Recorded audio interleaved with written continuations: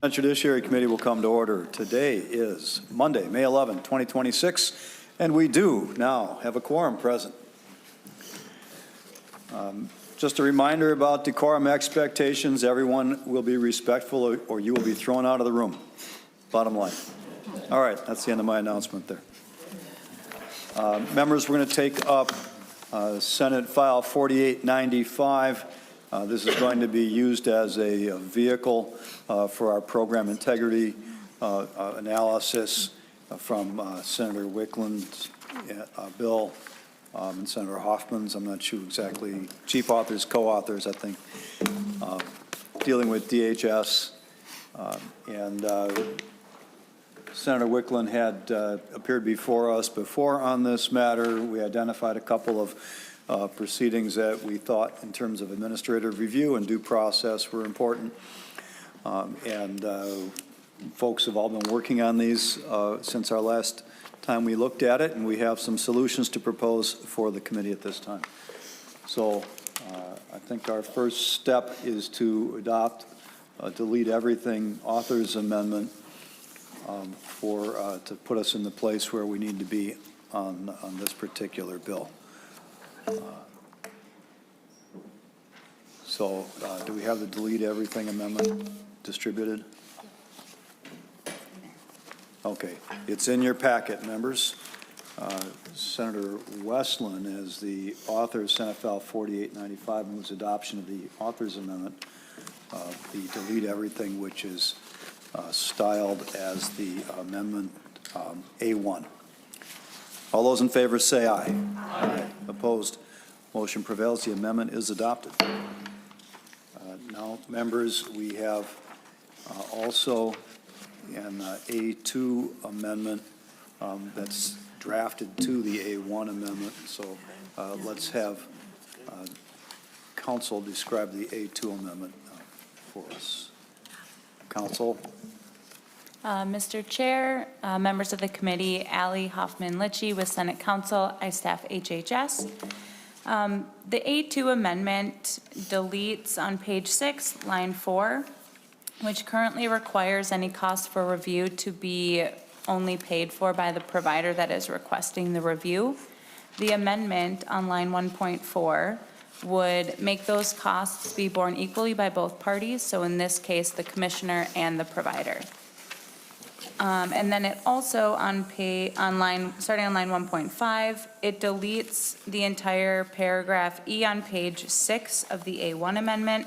This was just for ease of members so they can see all of the changes incorporated. The current requirement in the A1 amendment would require, upon the completion of this review, that the ALJ's recommendation would not have been provided to the provider that was requesting this appeal. The commissioner would have only been required to provide notice that the appeal process was complete. The language in the A2 amendment would also require the commissioner to tell the provider whether the administrative law judge found that the commissioner established whether there was a credible allegation of fraud or not.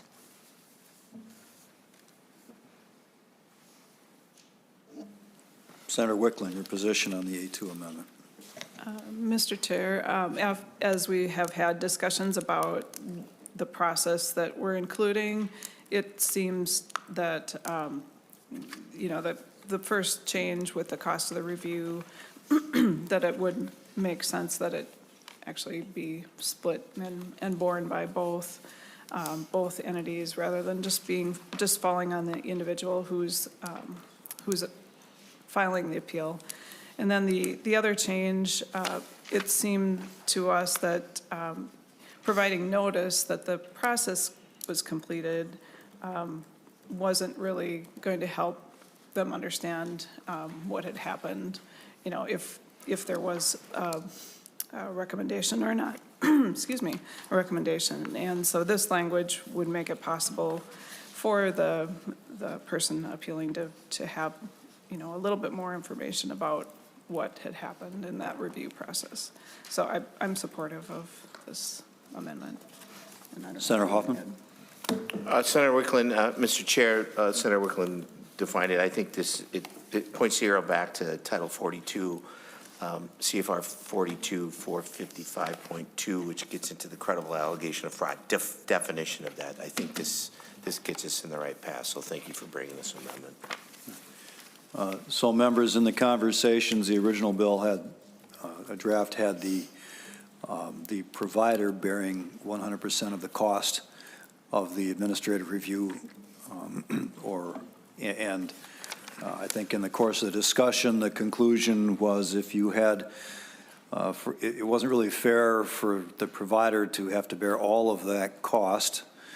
It might be challenging for certain providers to be able to meet that cost, and they could be deprived or it could impair their right to at least some minimal due process of review on the commissioner's decision. On the other hand, if the entire costs were borne by the agency, then every provider would just automatically do it regardless of the merits of asking for review, or if they think they legitimately have an opportunity or a challenge to it. So I think this strikes the balance, or the parties will equally bear their costs on that, and hopefully, for the most part, the ones that have some merit will get reviewed. The ones that won't, at least the providers,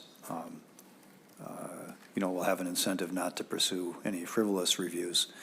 And then the whole idea here is for there to be a little more confidence in the decision of the commissioner to proceed with an investigation and really at the point here to withhold reimbursement. Is there any discussion from members? Well, is there anyone in the room that wants to testify in connection with the proposed A2 amendment? Anyone from the agency want to add anything at this point? You don't have to if you don't want to. I know you've been a part of the other discussions that led to these amendments. Okay. Anyone from the committee have any conversation or discussion or questions? I'm not seeing any. Senator Clark, you have a motion? Chair, I move the A2. Senator Clark moves adoption of the A2 amendment. All those in favor say aye. Aye. Opposed? Motion prevails. The amendment is adopted. Members, the next amendment for our consideration is the A3 amendment. Ms. Hoffman-Litchie, would you please describe this amendment? Thank you, Mr. Chair. Mr. Chair, members of the committee, the A3 would add a section into the underlying A1 amendment, and it would require the commissioner to submit evidence to an administrative law judge every 180 days that a payment withhold or reduction is in place. And it would require this evidence to be submitted under seal, and the administrative law judge would need to determine whether the commissioner is actively pursuing an investigation under this section. This entire section is the medical assistance sanction statute. It also requires the evidence to be reviewed in camera and then providing a recommendation to the commissioner when the review is complete. Thank you, Mr. Chair. So the idea here, Ms. Hoffman-Litchie, as I understand it, was that so the agency had a continuing incentive to just go ahead and move forward on the investigation rather than start the withholding of payments and then just sit on the investigation for a while, or at least to prioritize these over other work that they might have in the agency. So a provider is not sitting there not receiving funds on the guise that there's an investigation happening, but no investigation actually moving forward. And then also to increase the confidence that the provider knows that at least their matter is getting the attention. Is that a fair analysis? Yes, Mr. Chair. Senator Wicklund, what is your view on the A3 amendment? Mr. Chair, thank you. I think the A3 provides a mechanism that gives us some assurance that the agency is, if they're pursuing a payment withhold, that they do have activity, just as you say, that it isn't just sitting, because this does affect providers. When payments are withheld, it has an impact on them. So this provides a mechanism that this periodic review will happen, and then at least there is some outside party that's looking at this. The ALJ will be looking at it. So I think I support the amendment. Senator Hoffman. A recent judge's decision locally was that the department failed to do continuity of care. This assures continuity of care. That's been our priority in the Human Services Committee all summer. So I absolutely, I think this points that accountability piece that's been missing. Thank you. Anyone in the room wish to be heard on this amendment? Not seeing anyone come forward. Members, discussion, questions? Senator Clark. Thanks, Chair, and thank you, testifiers. I think, Senator Hoffman, you put it well, that the continuity of care focus is maintained while ensuring that there is accountability when it needs to occur. And I think this crafting has struck that balance. Thanks, Chair. Senator Hoffman, do you want to add anything else? Mr. Chair, members, no, Senator Clark hit it spot on. It's we focus on moving things, but we're not focused on who is receiving those services. And because of that, we've had some devastating things happen to people. This puts the focus back on, are we using continuity of care? Centers for Medicaid Services say the Medicaid services must be provided, right? The continuity of care is mentioned throughout their rules, as well as if disruption to people with disabilities, it's not okay. And so I like how this goes, and so Senator Clark was spot on. So thank you, Mr. Chair. Any other members of the committee discussion questions? Senator Limmer. Thank you. This question is for DHS. We have DHS come on forward.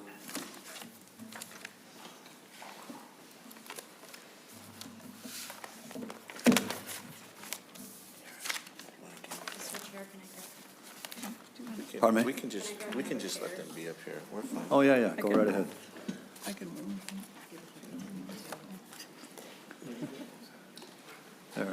Our authors are quickly vacating space for you.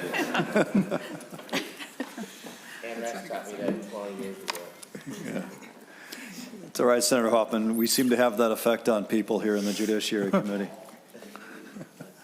All right, who wants to respond from the agency? Mr. Chair, Christy Graham with the Department of Human Services. I apologize. I was speaking with Matthew Bergeron and I didn't hear the question, but either myself or Inspector General Clark are happy to respond if you wouldn't mind restating the question. You're fortunate the question hasn't been asked yet. Senator Limmer just said he wanted to ask a question of the agency. So, Senator Limmer. I think I'd rather ask the authors. No, don't move. No, the question I have is, first, are you familiar with the A3 amendment?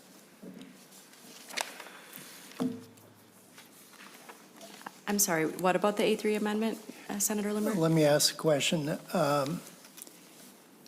Regarding DHS,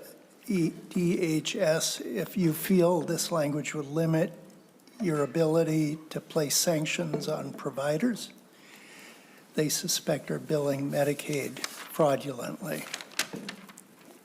Ms. Grom. Mr. Chair, Senator Limmer, I can start and then turn it over to Inspector General Clark. But what I would say is this language would require resources at the department. Fighting fraud and dealing with improper billing and putting the appropriate administrative sanctions in place takes people. So I think we've heard about this, but we haven't seen the language and had an opportunity to fiscal note it. And we would just want to make sure that at minimum, if we do something like this, that we are resourced properly to do so. But I will turn it to Mr. Clark to add to that. Mr. Clark. Good morning. James Clark, Inspector General at the Department of Human Services, Chair Latz, Senator Limmer. I would just say, as constituted, right, the department is not structured to absorb an additional 500 administrative actions. So we issued about 500 or so payment suspensions in 2025. So it's my understanding that these bills, these amendments, so we would have probably 500 additional administrative actions, and then every 6 months, potentially 500 status conferences. And we're struggling with the resources we currently have to keep up with the demands that we have to prevent and detect fraud. So as Ms. Grom said, it's a resources question. I mean, I'm all for sensible due process, but due process, having additional administrative actions, additional essentially status conferences every 6 months on investigations with administrative law judges. Our investigators, our lawyers, right, would be focused on court actions, right, as opposed to finding the next person that's committing fraud against the agency. So it's a resources issue. Thank you. Senator Limmer. My next question would be to Mr. Turner, if he has any knowledge of any estimate of cost that the A3 amendment would impose. Mr. Chairman, Senator Limmer, no, I do not. Okay. Senator Limmer. Well, now we're creating an opportunity for the department to review their records as well as submit evidence. I would eventually consider this might even go to a prosecution, but we're giving them no resources to do that. I'm assuming that might be a problem. Does anyone have any, well, who's promoting the A3 amendment? Whoever that might be, I'd probably want to direct the questioning to the author. Well, this came before the committee, Senator Limmer, because there were providers that were getting payments withheld, weren't confident that there was any basis for withholding payments. So the idea here was to provide some accountability for DHS as well as for the providers. The committee, when this matter last came up, decided we needed to address some due process related issues for the providers as well. So there's been sort of a collective conversation going on between the agencies, some members of the committee, the authors of the bill, trying to find a balance there that can give some confidence to the providers that their payments aren't just being withheld. Here you got to notice we're worried about fraud. We're not going to pay you anymore, but then there isn't any review outside of the agency to hold them accountable to those decisions. And then that they aren't just sitting on the investigation. Now, the whole thing is a resources question, right, which I think the legislature needs to address in terms of adequate resources. I don't know if there's any one person who's responsible for putting together the amendment. It's really a function of the collective conversations and where those of us who are involved in the conversations felt we should land. The original proposal was for review every 90 days. So, Senator Wicklund, did you want, or Senator Hoffman, did you want to add something? Mr. Chair and Senator Limmer, absolutely. If you'd like, there's, and Senator Latz, you started to get, there's a historical, if you'd like to get a little deeper dive into this, Matthew Bergeron, who's a lawyer, who has the answers about, there's been a history of the department just kind of setting that aside. And I'm not making this up. There's a judge that just said, you know, the department needs to do things differently. This gives me and gives us some assurance that the department is doing what they need to be doing. And if you'd like, I could get Matthew Bergeron up here and you could ask the historical question. He could lay it out for you. Mr. Chair, if you'd like. Mr. Chair. Senator Wicklund. I think that addresses, you know, kind of where this discussion came from, Senator Limmer, to your point about it needing more resources. I think once we have the language, and if this is adopted, you know, we will have conversations about what the resource impact would be and get that information from DHS. It has taken time to come up with language that, like, from the Judiciary Committee's perspective is acceptable, and but we aren't putting this forward with the intent of saying it has to be done with no resources. So, Mr. Chair. Senator Limmer, before you go on, let me just make sure we understand the path of this so that the resource question can get included in the conversation. Senator Wicklund, it's my understanding that what's intended to happen today is that the committee will adopt amendments and then we will lay the bill on the table. And then what we do, our work today, would be engrossed for a amendment onto the main bill, which is traveling separately. And is that through finance, Senator Wicklund, already? So is it on the floor? Mr. Chair, oh, sorry. Go ahead. Senator Hoffman?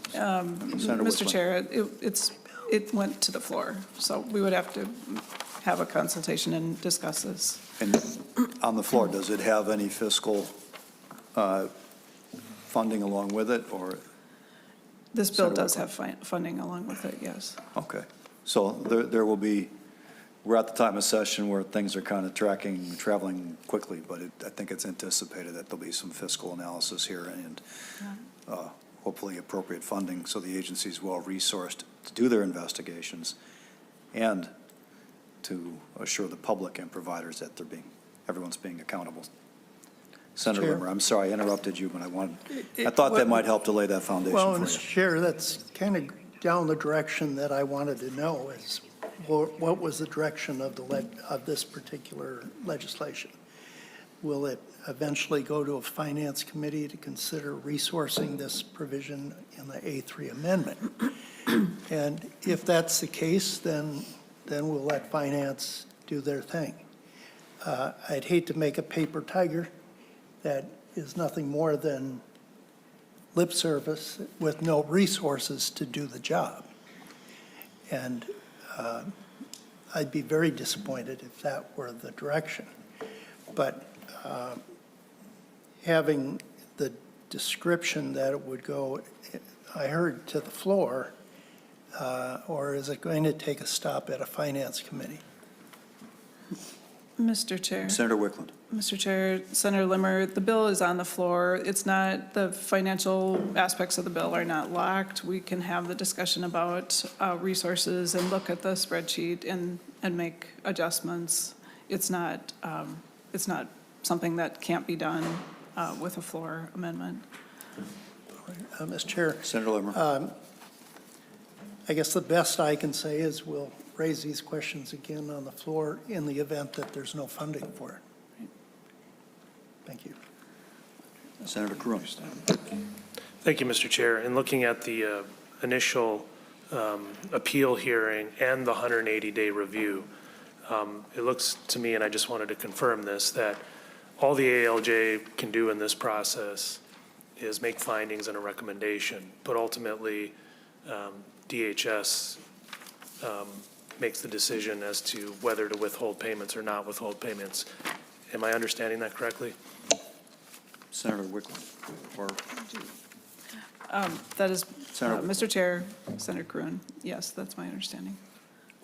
Senator Cruin. Thank you, Mr. Chair. So in the event that the DHS withholds funding to a provider, there's an appeal, and the ALJ makes findings and a recommendation that the funding should not be withheld. Ultimately, DHS can still continue to withhold the funds, correct? Senator Wickland. Mr. Chair, Senator Cruin, it isn't a recommendation. I'm just trying to find where the recommendation isn't. It's only that a credible allegation of fraud has been met, I believe. It's not, you stated one thing, but I don't think that's the conclusion that the ALJ is trying to find. Did you want to add more? Yeah, no, I Senator think Hoffman. you're on it. Mr. Chair, to Senator Wickland's point, regardless, right, when you talk about suspension of payments in cases of fraud, the department has to follow federal Medicaid rules. So when you look at Title 42, in this case, it's 455.23, there's a whole list of what they need to be doing, right? So when the ALJ is looking at, was this, and in light of what we just witnessed from a current judge that said the department didn't follow, right? They called it a zero tolerance policy, but then they just kind of left things alone. That's pretty damning. And so I think in this case, this should clear that up, because at the end of the day, the continuity of care is still that first filter, because it's the people that are supposed to be receiving services. And if they're not getting those services, you know, it's really a sad point. And so I think regardless, they have to follow CFR 42, Mr. Chair and Senator Cruin. So, and I'm not a lawyer. I played one time in a play, but that's about as far as you get on you guys. You know, it might be helpful if we had Ms. Hoffman-Litchie walk us through what the A1 amendment as amended will look like to set the entire framework for the due process here. Senator Kroon, did you want to interject something before that, or do you think that would be the next step? Okay. Ms. Hoffman-Litchie, I probably should have had you describe the A1 amendment at the very beginning, so we'd have the full picture here, but if you would, please. Yes, Mr. Chair. Senator Kroon, so federal Medicaid law requires that payment withholds cannot continue if the agency determines that there's no longer a credible allegation of fraud. And so I think the purpose of having this appeal and the review is to provide the commissioner with additional information that could help them make the determination that there's no longer a credible allegation of fraud. But the administrative law judge cannot tell the commissioner to stop withholding payments. That would be a violation of the commissioner's authority that's granted with the federal law. That is my understanding of how this all comes together. It's advisory only. Senator Kroon. Thank you, Mr. Chair, and thank you. That's kind of how I imagined it. So you said the ALJ is going to help the commissioner make the determination under federal regulations, but ultimately the commissioner, pursuant to federal regulations, has the ultimate authority to make that decision one way or the other, correct? Ms. Correct. Hoffman-Litchie. Correct. Mr. Clark wanted to add something. Thank you, Chair Lads. Senator Kroon.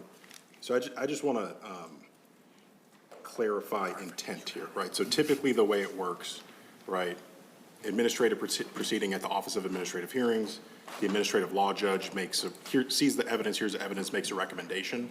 The commissioner can either follow or not follow that recommendation.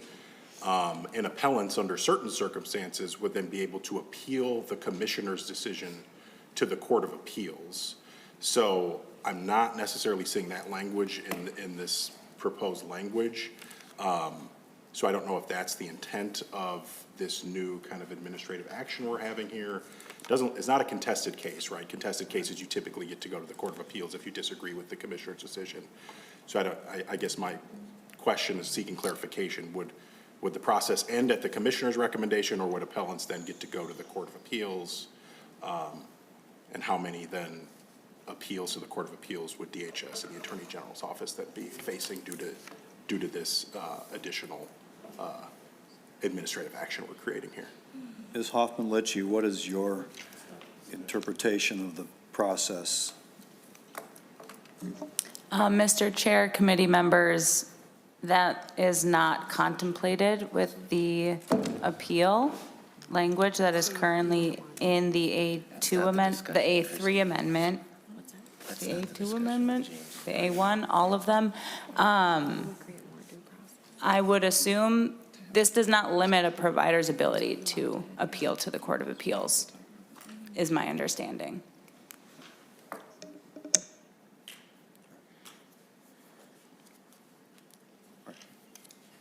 So, Ms. Hoffman-Litchie, if the agency wishes to withhold funds, what is the standard that they will use to make that decision under all of these amendments together? Mr. Chair, if the agency decides to withhold funds, they need to determine that there has been a credible allegation of fraud. Once that determination has been made, they can withhold those payments until there's no longer a credible allegation of fraud, or whether the legal proceedings related to that are completed. That is our current federal law and our current state law, because we follow the federal law. So, Ms. Hoffman-Litchie, does the A1 amendment or does the statute provide a definition of credible allegation of fraud? Yes, Mr. Chair. Within the A1 amendment, there is a recodification of the current medical assistance sanction statute, which is 256B.064, specifically subdivision 2. So that language is within section 3 of the A1 amendment, starting on page 4. The definition for credible allegation of fraud, or the standard that the agency has to meet, starts on line 4.25. This is from the federal definition, and it is a credible allegation of fraud is an allegation that has been verified by the state from any source, including but not limited to examples of where they can receive these complaints from. And then the commissioner must provide notice within 5 days or within 30 days if a law enforcement agency asks for a longer notice period.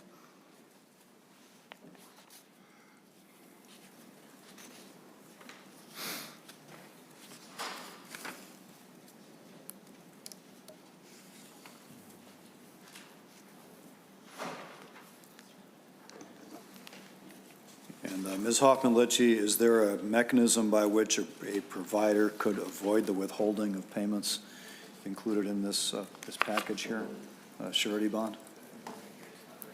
Mr. Chair, with the language that was added, I believe in the joint committee hearing held by the HHS and Human Services Committees, there was language added that a provider could post a surety bond in the amount of the withheld payments or in the amount of the risk assessed by the commissioner, and then the commissioner would have to release the withheld payments according to the language in paragraph D, starting on lines 5.17 of the A1 amendment. So yes, we are adding a third way that the commissioner must release the withheld payments within this bill.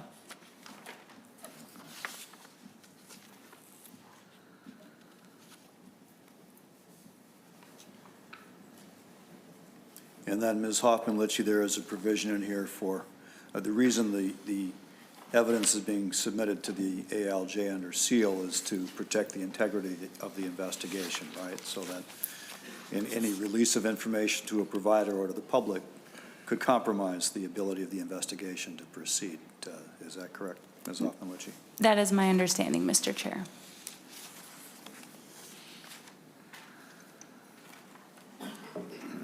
And then there's also a hold harmless provision in here so that the ALJ's findings can't be used in any other proceeding. Is that correct?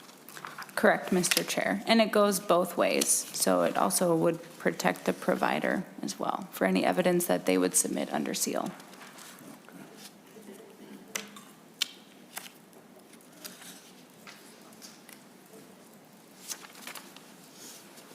And there's a provision in here for the posting of a surety bond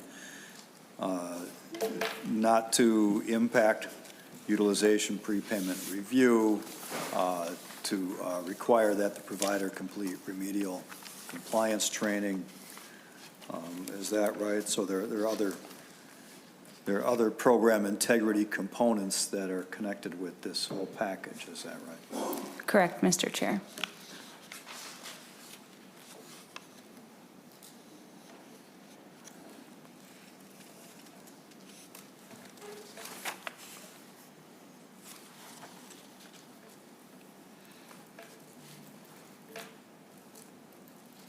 And also included in this language, I'm looking through the A1 amendment, includes a study to recommend appropriate roles and responsibilities of DHS, Department of Children, Youth, and Families, the counties, the tribal nations, and so on, administering human services programs. So there would be a more thorough review of how the whole system is working to ensure program integrity. Is that a fair conclusion, Ms. Hoffman-Litchie?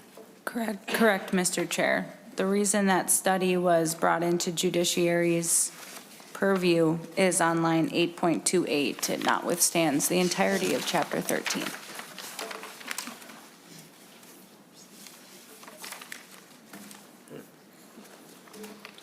And the purpose of that is for the counties to be able to provide information to enable that study to be thorough and effective?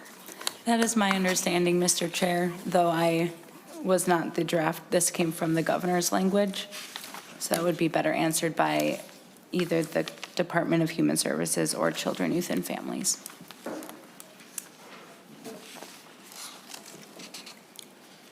Is there any question or any discussion from members about the entirety of the package? We haven't adopted the A3 amendment yet, but let's just make sure everyone understands the whole package here. Senator Kroon.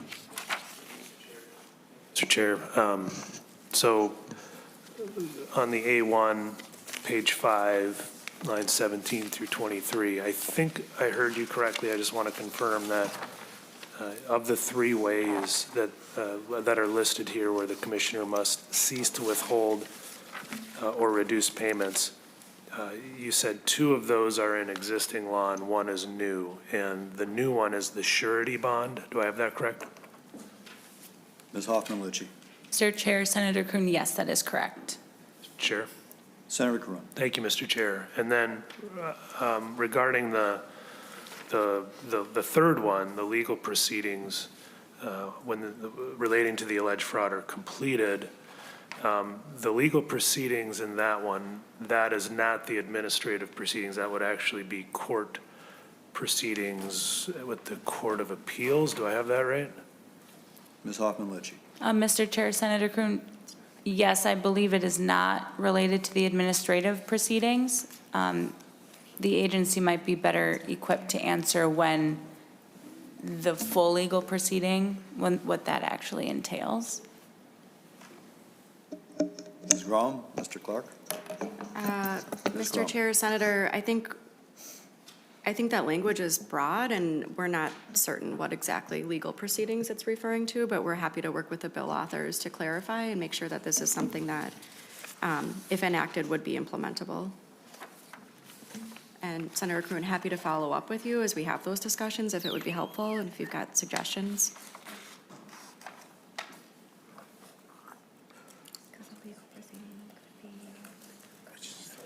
Senator Clark.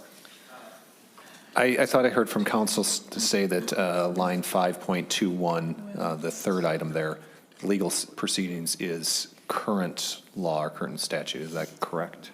Ms. Hoffman-Litchie. Mr. Chair, yes, that is correct. That is current law and required under federal Medicaid law. There's the A18. All right. Senator Kroon. Your phone is going in and out. Oh, there we are. It's not intentional, Senator Kroon. Yeah, so, But not, I mean, the chair's not intending it. somebody else. Clarify. All right, so it sounds like it's an existing law. The completion of legal proceedings, I think it would be implied that that would be after appeals are exhausted. I mean, I guess there could be belt and suspenders language, but that's not really my intent to go in and change whatever the existing law is right now. I just wanted to make sure I'm understanding the process, so that I understand that there's an appeal to the court, not the administrative proceeding, but the court for recipients. But what I'm trying to nail down is what is available to the provider, because we've got an administrative procedure that we're adding here that ultimately ends with a recommendation by the ALJ who's helping the agency follow federal regulations and making that determination. So my question is, for the provider, not the recipient, what happens if they believe they're still aggrieved at the conclusion of that recommendation by the ALJ and whatever determination the commissioner makes?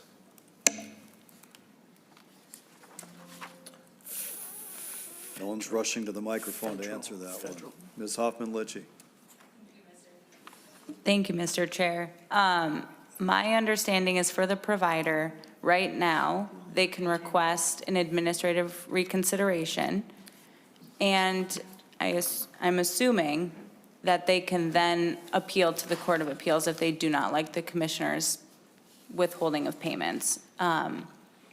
With the process that's being introduced, they would have one additional thing that they could do, which would be request this appeal to the administrative law judge, who then could make a recommendation.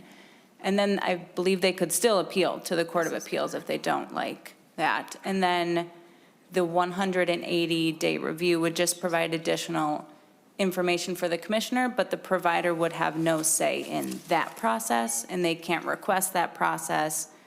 And I don't believe under the current language they could request any information from that process. Would the provider not be notified then that there was the 180-day review has been completed? and that the ALJ has concluded that there is or is not investigation going on? Ms. Hoffman-Litchie? Mr. Chair, in the language as written, no, the providers are not notified whether the 180-day review has been completed and what the recommendation from the ALJ is. That would just be within the appeals process that the provider requested.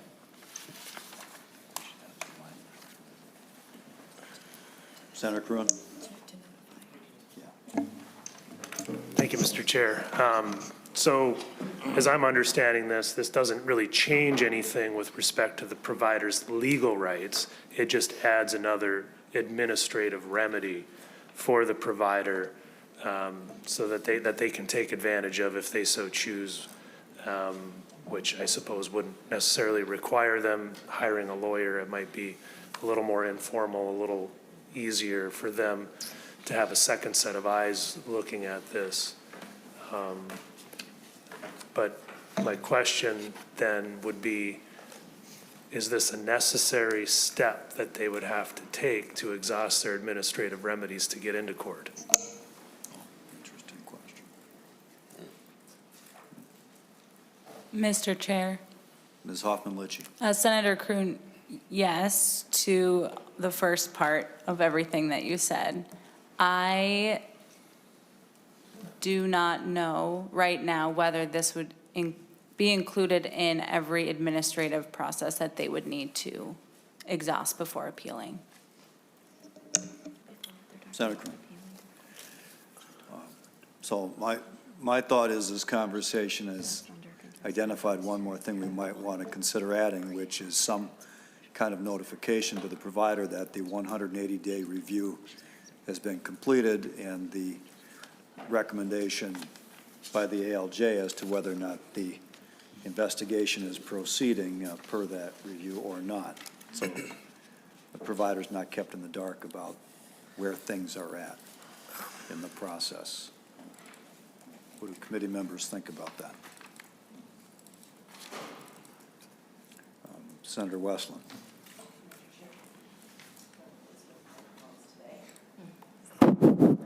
Test.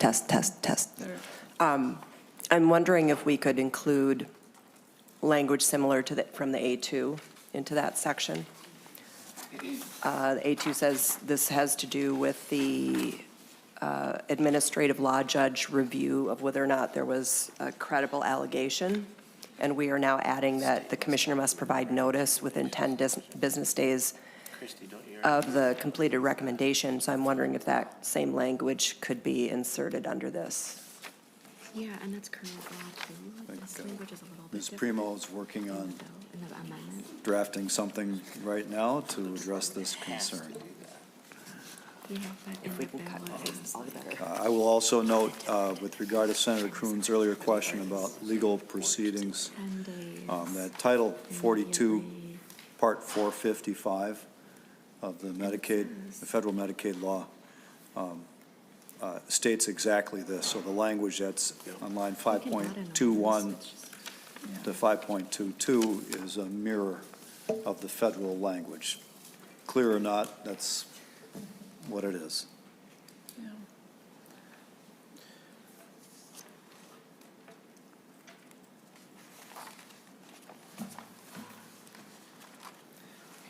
While Ms. Primo is working on some notification language, Senator Hoffman. Thank you, Mr. Chair. If you look at duration of suspension under federal law, that's CFR 45455.23. If you want to get into the CIII, state must document in writing the termination of a suspension, including where applicable and appropriate any appeal rights able to a provider. That's pretty clear. The federal law is pretty clear about what a state must do. I think the argument here is what is the state doing, because there is an inconsistency in how the state applies some of this stuff. So I think it would make sense for us to work with the department, especially on an amendment, or maybe come back here after they work on it this afternoon or something, that that clarifies for where Senator Kroon is talking about, because he's spot on. What are you doing? That conversation that you guys are having is spot on. So I keep referring back to federal Medicaid laws, which everything from good clause all the way down, everything is written in there, right? Are we consistent with what the feds are expecting Minnesota to be? Seems to be the caveat here. So maybe the department works with whoever else to make sure that that is being highlighted, as I just mentioned. Make sense? Yes, thank you, Senator Hoffman. Ms. Primo?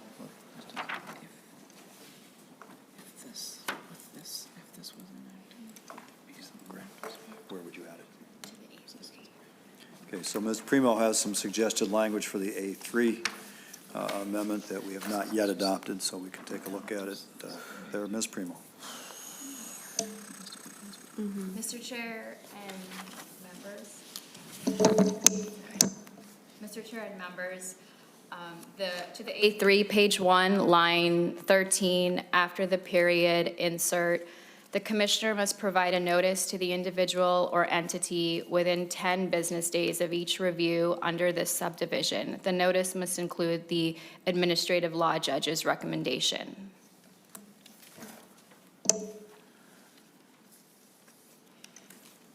Ms. Hoffman-Litchie, your thoughts on that?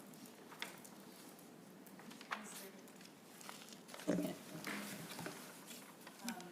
Chair, I like it.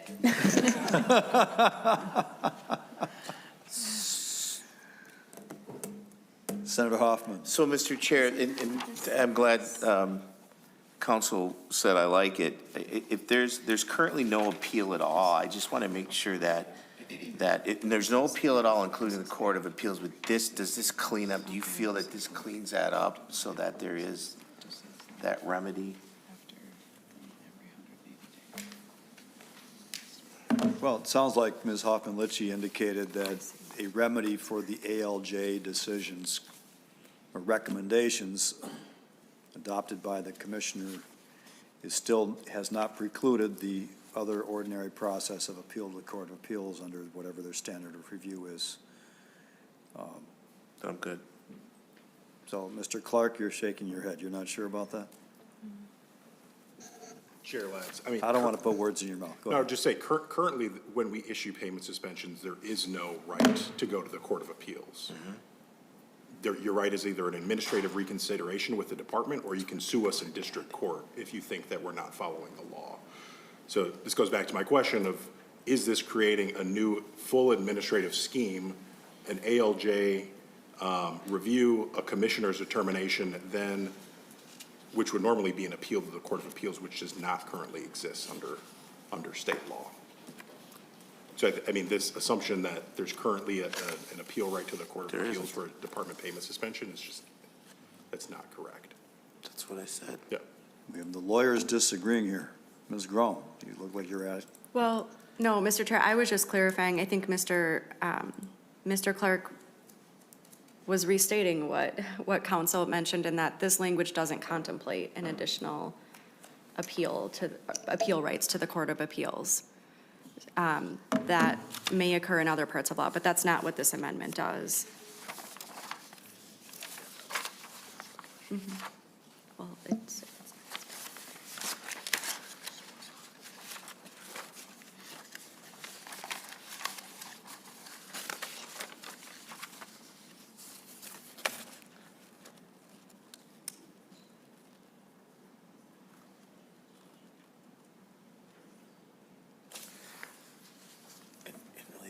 Is whether or not you did a credible allegation of fraud. That's all they're saying. That's all it's saying, because that's all it's saying. And that's all we want here, because there are people, hence the latest judge said, you need to do what you should be doing, right? The state failed. So Members, Ms. Primo has indicated that there's seems to be a lack of clarity. So the question for us to consider is whether or not we wish to explicitly state that there is no right to judicial review, or whether we wish to explicitly state or create a right to judicial review. by a provider that, or by either party, I guess, that's aggrieved. Well, the commissioner would make a decision, so it'll be the provider, either in district or Court of Appeals. So I think that's the question before us. Ms. Primo has language already drafted if we wish to add it that precludes judicial review at this stage in the process. My own personal view is I wasn't really anticipating a full-blown judicial review process after this. Part of the reason I thought it was important for this is just so that the providers have some confidence that there's a third party, more objective eyeballs on the decision of the commissioner here. Yes or no? And the commissioner's not bound by the ALJ's recommendation, but the provider will have notification of what the result is, and they could do whatever else they wish to do, like go to the public and say, hey, we're getting messed with here. And there's also the surety bond process, again, which is at a cost, but is an off-ramp for the withholding, at least while the investigation's occurring. So my own inclination is to just clarify that there's no follow-up judicial process. If there is, of course, it would probably kick in a whole nother fiscal impact on the bill, too. So my thoughts. Senator Westlin. Thank you, Mr. Chair. And again, trying to get to the nugget of this, what all of this is trying to do. My understanding is this. The only purpose of going to the ALJ is to have, as you said, another set of eyes looking to see whether there's a credible allegation. That's it. It's all being done in camera. None of that information is going to be available to the public. Yep. The ALJ is then going to make findings, but not about the veracity of the claim, only whether or not they're finding whether or not there's been a credible allegation. That goes back to the commissioner. Then my understanding is if the commissioner has somebody come back and say, nope, I don't find a credible allegation, my understanding was that means there are federal regulations that are going to kick in there. But the commissioner still has the ability to continue in the investigation. Then the other problem we have is, are they actually doing the investigation? And that's what the A3 gets to, which is we want to make sure that someone's checking in, excuse me, every 180 days to make sure that that investigation is in fact moving forward. And so now there's a second opportunity for the ALJ to take a review of what DHS is doing, and for DHS to come in and say, yes, we are actually proceeding with the investigation, here's what we're doing. So that's, my understanding is that's all this is. And it is providing for somebody else to take a look on behalf of the provider to make sure that there's some other eyes looking at this to make sure that the process is moving forward with DHS. That's my understanding, that that's all that this does. And I think adding the information that Ms. Primo drafted about notice, making sure that on the 180-day review that the provider's always getting notice also that there's been a review and here's what the ALJ found, again, without releasing the underlying information, that provides some due process to the provider. My understanding is that's what the point of this was. Yep. Senator Hoffman. Mr. Chair, Senator Westlin, spot on. That's the simple, if you look at the definition, the credible allegation of fraud, under the federal law, it says allegations are considered to be credible when they have an indicia of reliability. And the state Medicaid agency has reviewed all allegations, facts, and evidence carefully and acts judiciously on a case-by-case basis. She's spot on. That's simple. That's all we were simply doing here, is to make sure that there was another set of eyes that said, yep, you followed federal law. Have a nice day.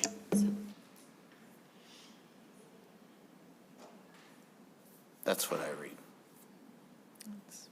That's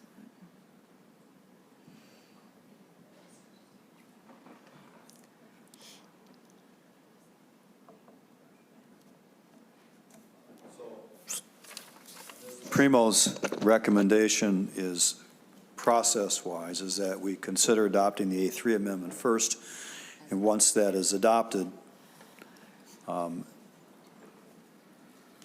then we consider the additional language with regard to not having judicial review.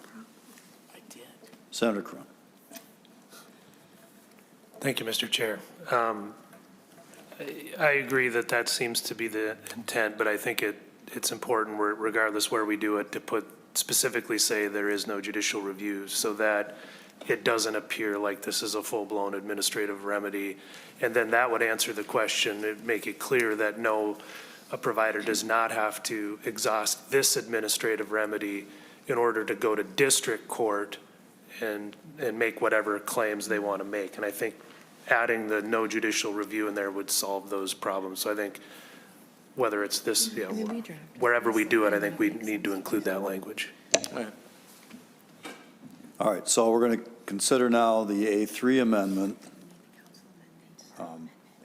with the oral amendment. Yeah, Ms. Primo, will you please read to us that oral amendment again on line 1.13? Mr. Chair and members, after the period on line 1.13, insert, the commissioner must provide a notice to the individual or entity within 10 business days of each review under this subdivision. The notice must include the administrative law judge's recommendations.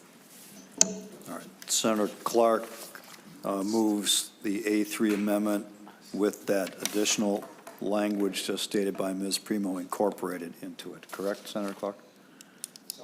All right, any further discussion from members of the committee? All those in favor say aye. Aye.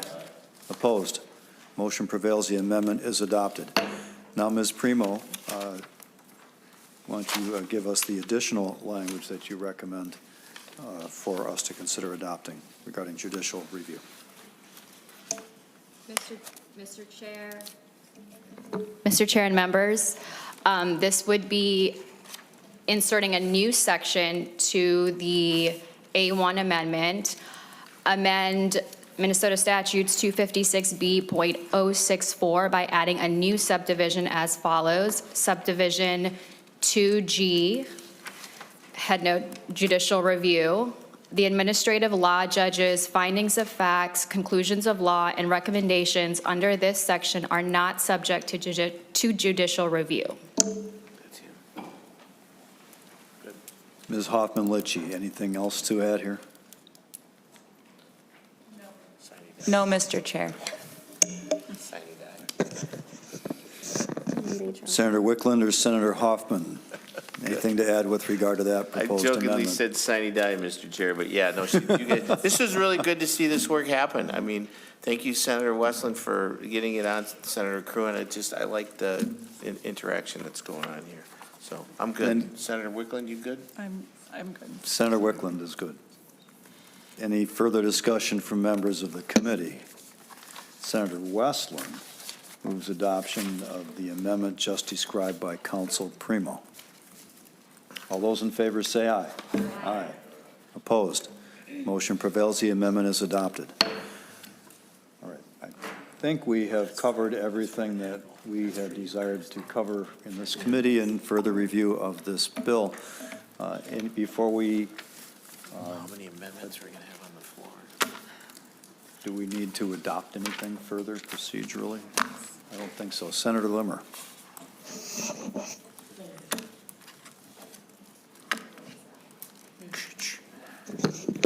Call Radio There, I Shack. think it works. This will be our last meeting in 1150 for sure. Yeah.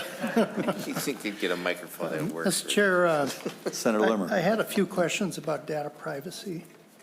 And if I can just, there were three elements that I could find.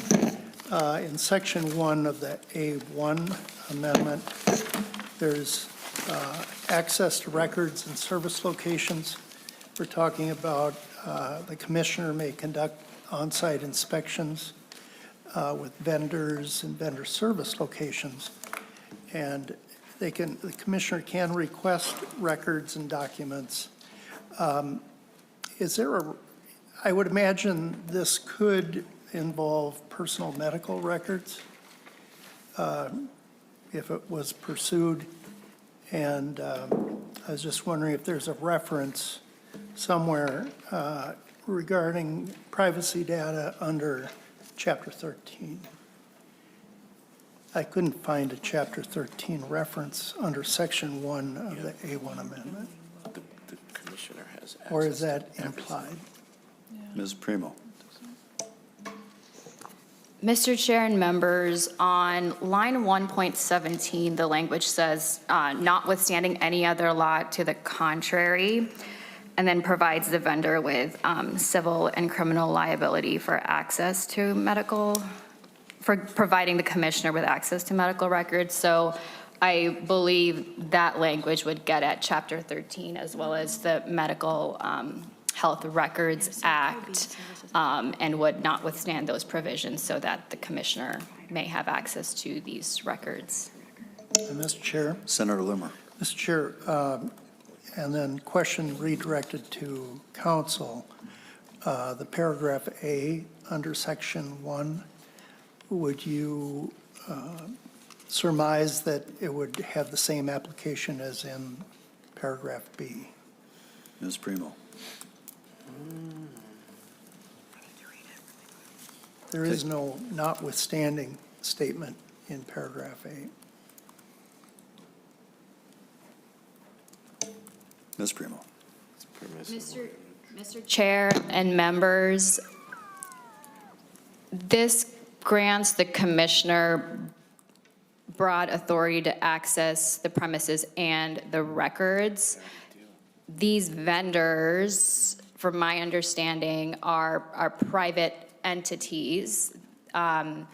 Therefore, they are not subject to Chapter 13. They may possibly be subject to the Medical Health Records Act, but when they do provide those records, paragraph B would make them immune from any potential action that they may face for releasing those private records under the Minnesota Health Records Act. So I don't believe there's any other change that's necessary to give it effect, but I'm not, perhaps DHS may weigh in on whether they believe they need any additional authority beyond what's provided here in this section. Does DHS have anything to add? Ms. Mr. Grom. Chair, I believe this was our language, the department's language in our policy bill, and so we thought that this language was sufficient to meet our needs. So I don't have anything to add at this time. Senator Limmer. Thank you, Mr. Chair. What I'm trying to get at is a vendor with this information, and we're talking about a relationship between a commissioner when they are pursuing information from a vendor. And in the event that that information is personal medical records, this basically says that when a vendor releases information of that kind to the commissioner, that they will not be held liable. Is there an underwriting presumption that the vendor must protect the personal medical records of an individual? Or is that in existing law already?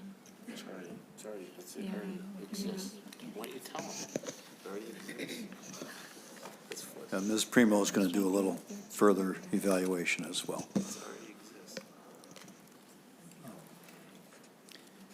Senator Hoffman, did you?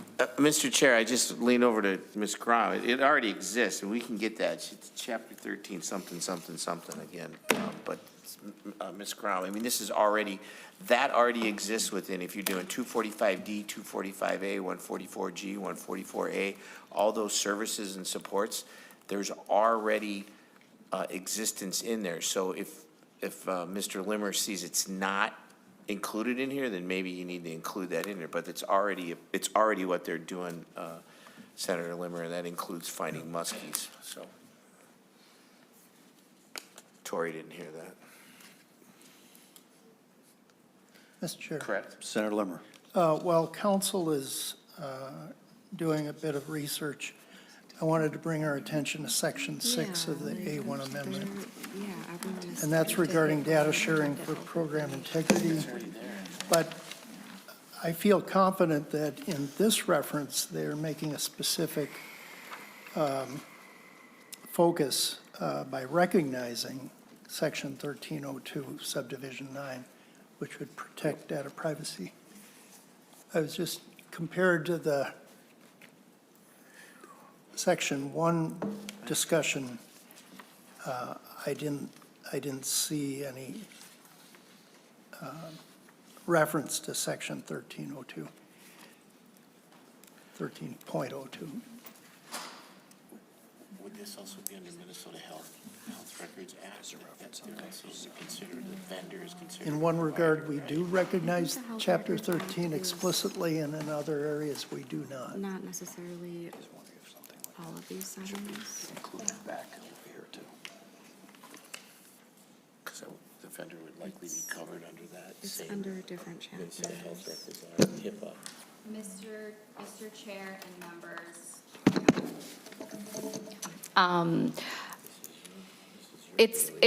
It's possible that some of these vendors may be subject to 13.46 and then the Medical Health Records Act. And in reading the language further, it permits the commissioner to request the records, but does not necessarily impose a duty on the vendor to comply with that request unless that's already provided in another current law provision.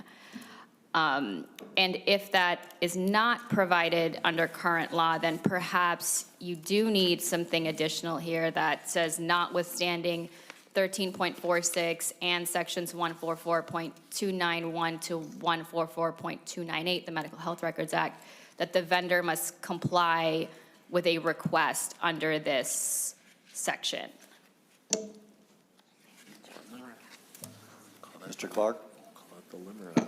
Chair Latz, the department already has that authority, right, if providers do not grant us access to records, we can take administrative action, sanction, suspend. We can withhold payments, right, for failure to grant us access to records too. So there's already teeth, right, to a failure to provide records to the department. And I think that's in 256B, might be 256B.064, like our sanction authority. All right.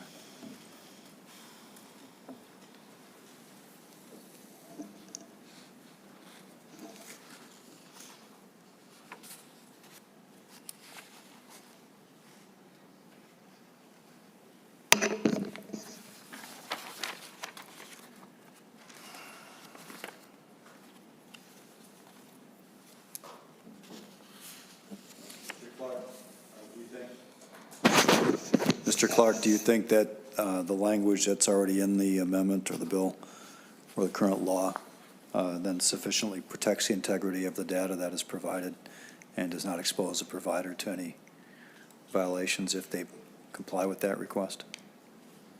Yes, I think under federal and state law, providers have to give us records to Medicaid recipients. So I don't think there would be a violation of the Health Records Act or the Data Practices Act. They have affirmative obligations when we ask to give us this information. So it's my understanding it's already protected under state law.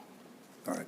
Senator Limmer, any follow-up on the The only concern data? I have, Mr. Chair, is that we're now talking about access to records. I started out with, is the personal medical records protected? And that's really what I'm getting at, not the access between vendor and commissioner.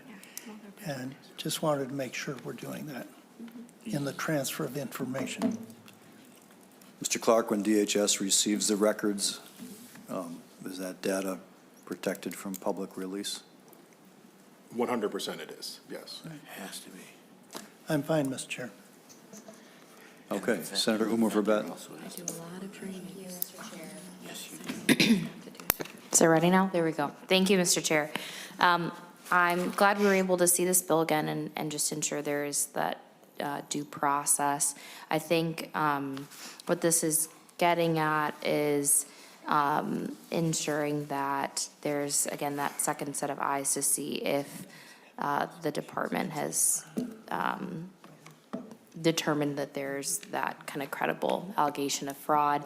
And I know we don't have a fiscal note, but my understanding is part of why we need this is because those investigations can take a a long amount of time.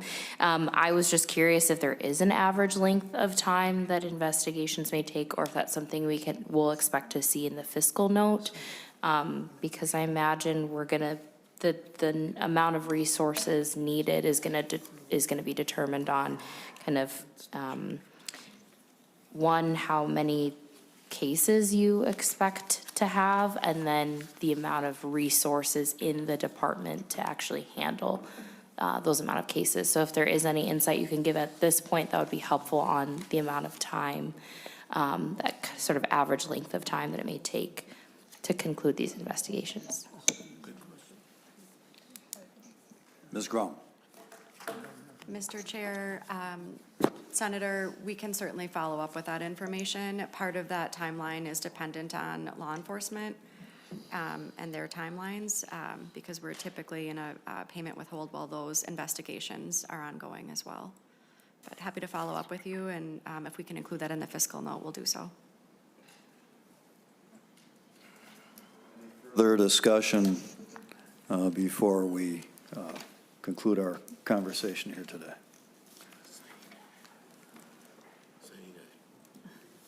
All right, I'm not seeing anything. So Senate File 4895 as amended is laid over. Thank you, members, for your careful attention to these questions. We are adjourned, and I am anticipating that this might actually, I'm going to jinx it. Okay. We're done for today.